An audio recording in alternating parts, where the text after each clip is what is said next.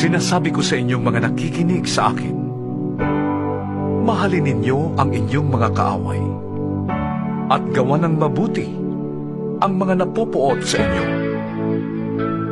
Pagpalain ninyo ang sumusumpa sa inyo at ipanalangin ang mga nang-aapi sa inyo.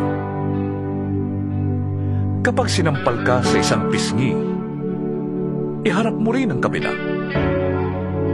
Kapag inagaw ang iyong balabal, huwag mong ipagkait ang iyong barong.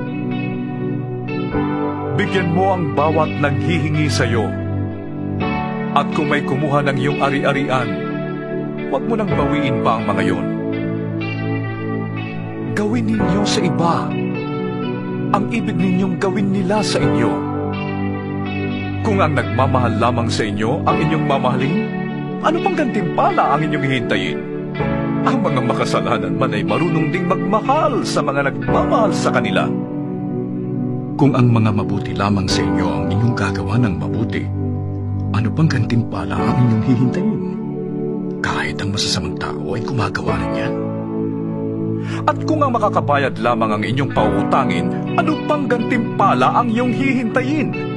Kahit ang masasamang tao ay nagpapautang din sa kapwa nila masama sa pag-asang sila'y babayaran. Mahalin ninyo ang inyong mga kaaway at gumawa kayo ng mabuti. Magpautang kayo nang hindi umaasang kayo'y babayaran. Sa gayon, malaking gantimpala ang tatamuhin ninyo at kayo'y magiging mga anak ng kataas-taasang Diyos, sapagkat siya'y mabuti kahit sa masasama at sa mga hindi marunong tumanaw ng utang na loob. Maging mahabagin kayo na gaya ng inyong ama. Huwag kayong humatol at hindi kayo hahatulan. Huwag kayong magparusa at hindi kayo parurusahan ng Diyos. Patawarin ninyo ang inyong kapwa at kayo patatawarin din ng Diyos. Magbigay kayo at kayo bibigyan ng Diyos. Hustong takal, siksik, liglig at umaapaw pa ang ibibigay sa inyo. Sapagkat ang panukat na ginagamit ninyo sa iba ay siya ring gagamitin ng Diyos sa inyo. Maaari kayang mag-akay ang bulag ng kapwa bulag. Pareho silang mahuhulog sa hukay kapag ginawa nila ang ganon. Walang alagad na nakakahigit sa kanyang guro. Ngunit kapag lubusang naturuan, ang alagad ay makakatulad ng kanyang guro.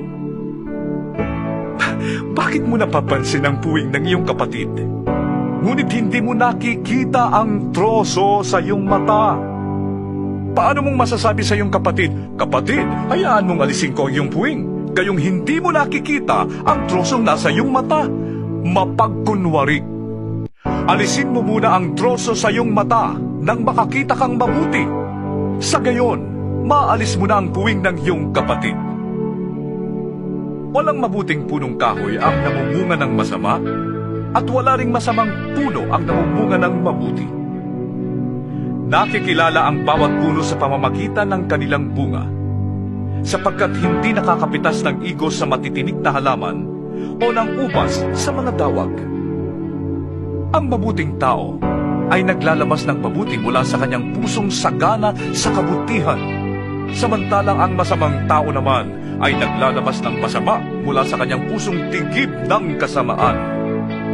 Sapagkat kung ano ang nag-uumapaw sa puso, ay siyang sinasabi ng labi. Bakit ninyo ko tinatawag ng Panginoon, Panginoon? Gayong hindi naman ninyo tinutupad ang sinasabi ko. Sasabihin ko sa inyo kung ano ang katulad ng taong lumalapit sa akin, nakikinig ng aking mga salita, at nagsasagawa ng mga ito. Ang katulad niya ay isang taong humukay ng malalim at nagtayo ng bahay sa pundasyong bato. Nang bumaha at bumugso ang tubig sa bahay na iyon, hindi na tinag ang bahay na itinayo, sapagkat matibay ang pagkakatayo nito. Ngunit ang nakikinig naman ng aking mga salita at hindi tumutupad nito ay katulad ng isang taong nagtayo ng bahay ng walang pundasyon.